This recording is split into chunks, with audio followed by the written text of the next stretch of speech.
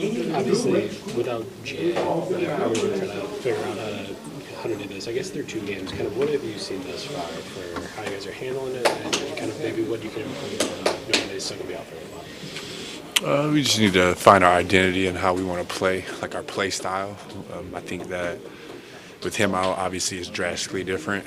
You want to have, 4 shooters around him at all times, and with him out, it's about trying to figure out what works best with this group now, and it's coming at a perfect time. Having a lot of time to just woosah a little bit, watch some tape, and get some practice time and understand what's our next steps, how we need to play. Can you pull anything? I mean, I know it's just the immediate aftermath, but the first half here, second half Philly, and see some things, especially defensively, like, okay, these are things we can do and build on. Yeah, for sure. I'm not like the biggest moral victory type of person, honestly. I think it's amazing that, in the second half we can do good. It's amazing that we can do pretty good and for 2.5 quarters here, but it's 48 minutes, You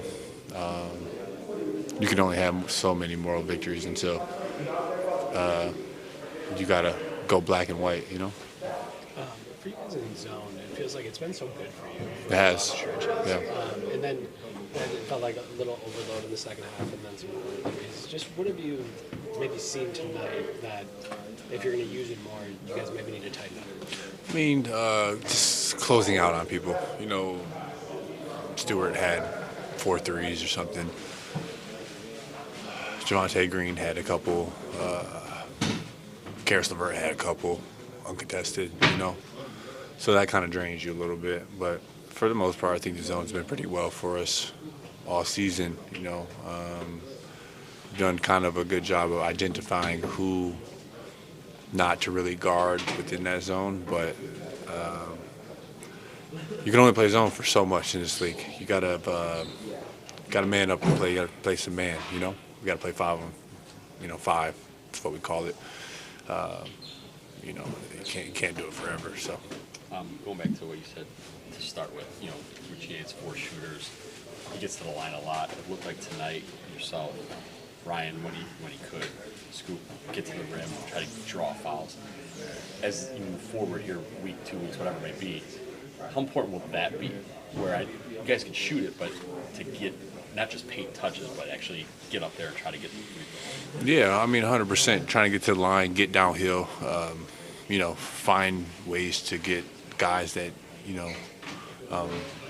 aren't necessarily their games to get downhill and make plays, to get them shots. I think that's a big part of my game, and I think, we've had discussions, but it's trying to find more ways to involve me in that, other than being like a roller, a dunker guy, especially with this time being out. And obviously Scoot and Ryan, we need them consistently to get into the paint. It's probably roughly us 3 that can kind of do that at a consistent basis. So I think that's part of the learning curve that we have right now, and I'm optimistic that we'll get there. So. This isn't necessarily like a training camp, but to have 2 days of practice in a row is a strange thing in the middle of the season. Just how helpful do you think it can be to kind of give everyone a reset and, all right, let's attack this thing? Yeah, resets are always good. We have a very passionate team. We all want to win. It's not the case, even though we have been losing. Like, we do want to win.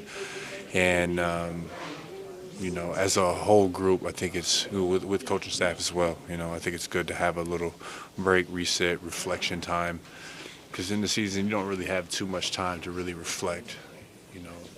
It's a 12 o'clock rule. When you play, you could think about the game until midnight, and then you kind of got to wash it out. But I think it's a pivotal time for us. It's a sink or swim, and we have to treat it like that. So.